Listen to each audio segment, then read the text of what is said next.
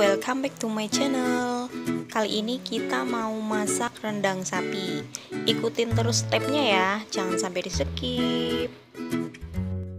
Oh ya, yang belum subscribe tolong subscribe ya, jangan sampai ketinggalan resep-resep berikutnya.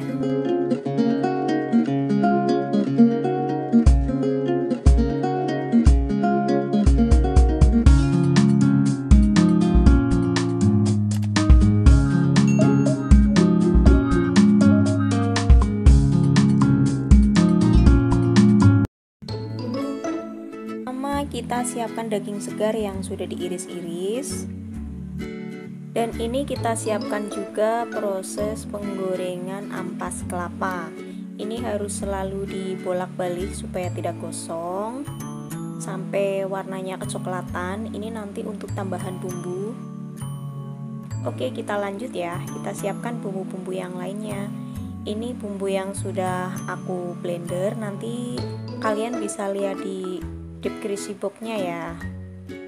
Ini apa aja yang aku blender, lalu kita masukkan ke dalam minyak yang sudah panas. Kita aduk perlahan terus supaya tidak gosong.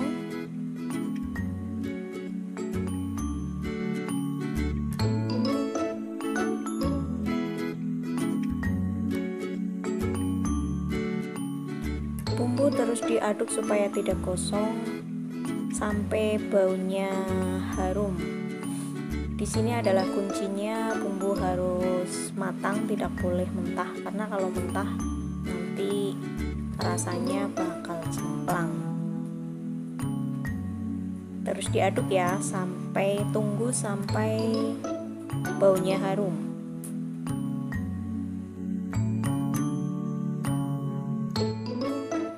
Lalu di sini kita masukkan kunyit secukupnya agar warnanya cantik. Lalu kita masukkan lada bubuk sewajarnya. Kita aduk perlahan sampai bumbunya merata.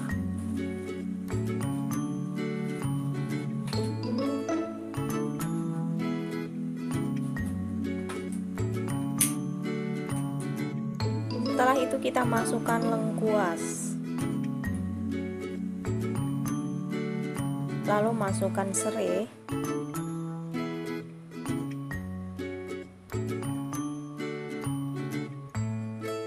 dan masukkan daun jeruk. Karena di sini adanya daun jeruk kering, jadi masukkan daun jeruk kering. Langkah baiknya daun jeruk yang segar ya, tapi kalau di sini jarang. Kita aduk lagi secara perlahan agar bagian bawahnya tidak gosong dan supaya matangnya merata.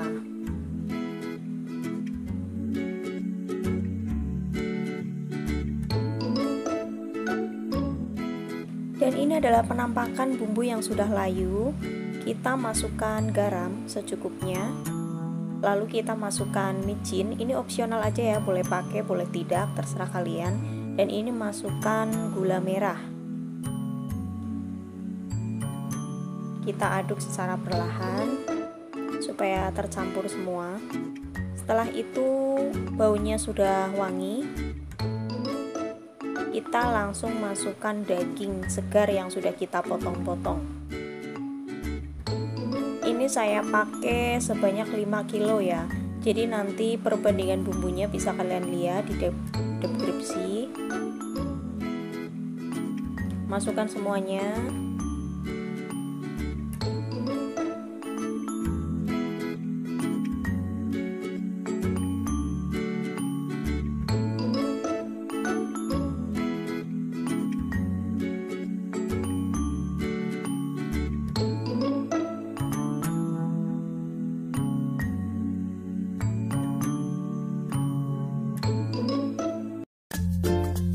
Setelah semuanya masuk, kita perlahan aduk supaya bumbunya tercampur rata dengan daging.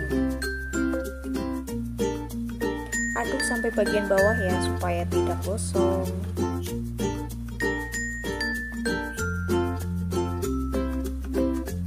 Harus terus diaduk.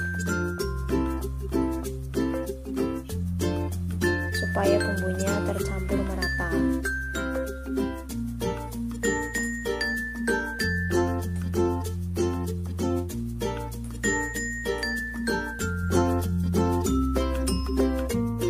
Lalu setelah dagingnya tercampur merata, kita masukkan santan.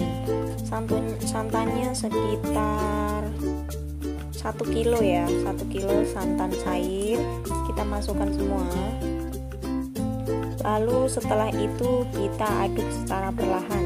Ini harus terus diaduk ya, supaya bawahnya tidak gosong, karena nanti kalau gosong ada rasa yang tidak kita kehendaki, tidak enak. Kita harus terus aduk sampai merata.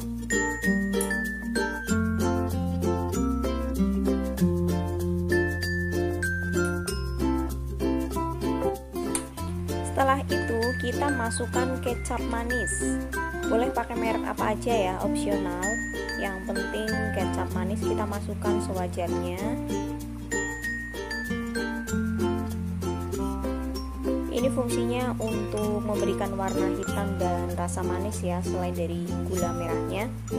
Kita pakai secukupnya saja atau tergantung selera masing-masing.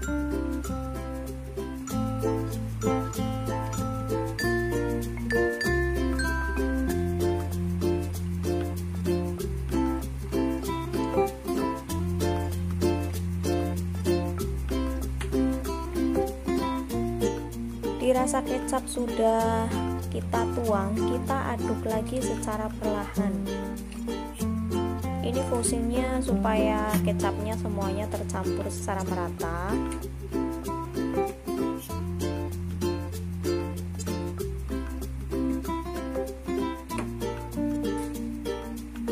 Kita aduk terus ya sampai bagian bawahnya supaya tidak gosong.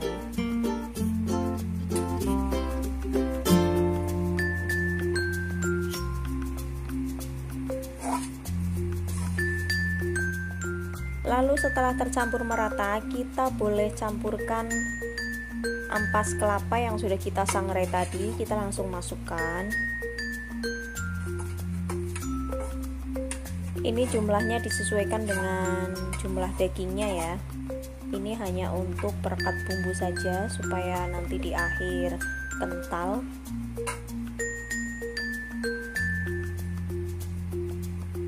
Lalu kita aduk-aduk lagi supaya merata sampai ke bawah.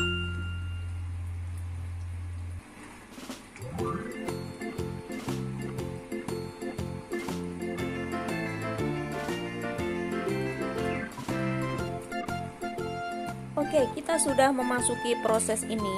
Ini harus terus selalu diaduk ya teman-teman, supaya tidak gosong di bawah. Harus terus diaduk, kita tunggu sampai mengental.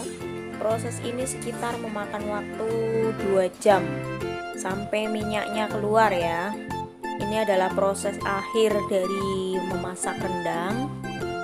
Kita tunggu sampai tanak, sampai minyaknya yang keluar.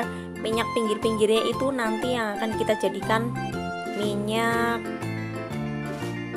untuk rasa ya, untuk bisa memasak nasi goreng, bisa memasak mie, itu bisa digunakan ya.